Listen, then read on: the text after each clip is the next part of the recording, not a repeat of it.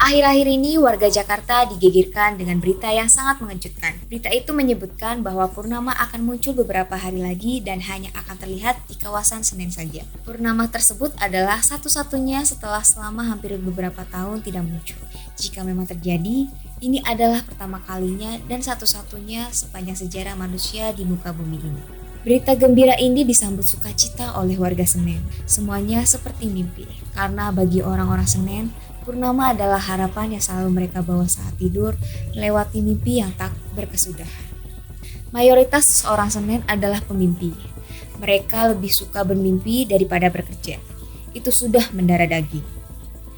Mereka memimpikan segala yang bisa diimpikan, dari mimpi menjadi masyarakat yang makmur dan sejahtera sampai mimpi ingin mencuri purnama. Sepertinya mimpi itu akan terlaksana segera. Memang, orang pemalas paling suka bermimpi, seperti halnya aku. Aku sangat suka bermimpi karena toh mimpi tidak memerlukan usaha yang berat. Cukup dengan bantal yang penuh dengan bekas air liur sampai kasur tipis bahan dari korban banjir. Kehidupanku tidak lebih baik dari para pemimpi di Senen. Aku bekerja serabutan. Semua aku kerjakan, mulai cari botol plastik bekas sampai menjadi penyanyi profesional di angkot dan di bis sepanjang jalan Selemba ke Gunung Sahari atau sebaliknya. Meskipun begitu, nasibku sebagai gembel Senen masih sedikit beruntung karena aku memiliki pacar yang sangat cantik. Dia tercipta dari senyuman langit dan lembutnya tanah setelah hujan. Ah, setan, cantik sekali kau, Jen. Sudah sejak jauh hari, aku persiapkan untuk memberikan sebuah surprise kepadanya. Karena saat purnama muncul itu pula bertetapan dengan ulang tahun Jenny. Sebuah surprise yang tidak akan pernah dilupakannya seumur hidup dan menjadi cerita kepada anakku kelak. Itu juga aku jadi menikahi. Tenang Jen, aku pasti akan menikahimu, setidaknya itu mimpiku. Malam ini aku akan mengajak Jenny ke bioskop lalu meminum anggur di bawah sinar bulan purnama yang hanya akan muncul di Senen. Untuk orang yang hidup dari usaha sendiri atau istilah kerennya self-employment, aku harus bekerja keras untuk mewujudkan mimpiku. Sudah sejak pagi, aku nongkrong di stasiun Senen dan hasilnya sungguh luar biasa, sial. Karena biasanya sampai jam 10 pagi, aku sudah mengantongi barang 15.000 hasil dari mengangkut koper penumpang karena malas membawa barang akibat perjalanan yang begitu melelahkan. Uang 15.000 yang kudapat itu juga sudah dipotong biaya cincai dengan orang stasiun. Namun hari ini aku hanya mendapat keringat saja.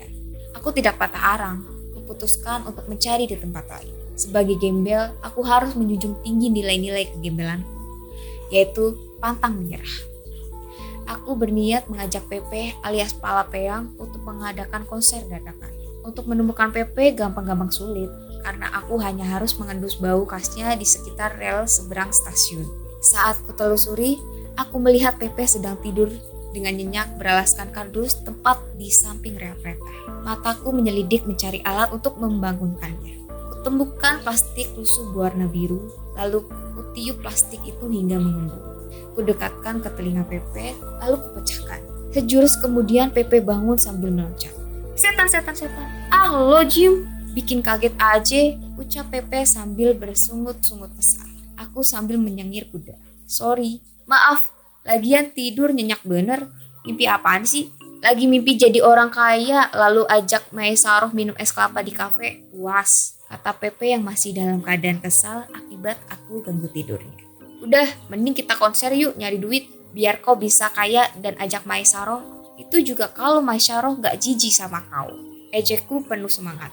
Setan lo tuh mana dulu nih? Tanya Pepe kemudian. Aku berpikir sejenak. Lalu aku masukkan jariku ke mulut. Setelah itu, ku angkat tinggi ke arah langit dan terasa angin mengarah ke barat. Pepe tersenyum.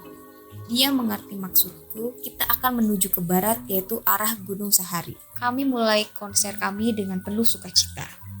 Berbekal sebuah kecerekan yang terbuat dari kayu dan tutup botol yang sudah dibuat gepeng, kami bernyanyi dengan lantang, menyuarakan nasib kami yang tak kunjung berujung. Lagu hits ada di songlist kami seperti Jangan Bicara dari Mahakarya Agung Iwan Fals sampai Jarang Goyang, lagu fenomenal tentang perdukunan. Yang paling membuat kami kebingungan adalah ketika penumpang meminta lagu yang sangat sulit kami wujudkan, yaitu lagu dari Korean Pop. Sungguh menyiksa permintaan yang satu ini. Di dalam angkutan umum, semua hal bisa terjadi selain Purnama yang hanya muncul di Senen menjadi topik. Ada seorang yang mencurigakan. Dari kejauhan, kulihat tangannya menyelinap ke dalam tas seorang penumpang. Dia akan mencopet, tidak salah lagi. Sebagai orang yang besar di jalan, aku sudah terbiasa dengan hal seperti ini. Biasanya, aku akan mengatur siasat supaya aku dapat bagian. Dia melihat kepadaku seolah memberi tanda. Lalu kubalas dengan anggukan tanda mengerti. Siap bang, nanti bagi-bagi ya. Tanpa sadar, keluar dari mulutku begitu saja tak bisa aku kontrol. Sontak, pencopet yang aku teriaki kaku dan segera menarik tangannya. Dia melotot ke arah karena menurutnya aku salah tangkap dengan tanda yang ia berikan. Keringat mulai muncul dari dahinya. Mulutnya gelagapan tidak bisa berbicara. Sejurus kemudian, dia langsung berlari menuju ke arahku dan mengeluarkan pisau kecil. Aku sadar langsung menutupi diriku dengan gitar. Penumpang berusaha menangkap pencopet tersebut dengan mengepung, namun karena badannya yang kecil, dia bisa menyusup dan kabur keluar bis dengan cara melompat. Namun sebelum keluar, pisau kecil yang dibawanya berhasil mengenai. Set! Terdengar suara dagingnya sobek, darah mengucur deras di lantai bis. Penumpang hanya melihat beberapa orang mencari kain untuk menutupi lukanya.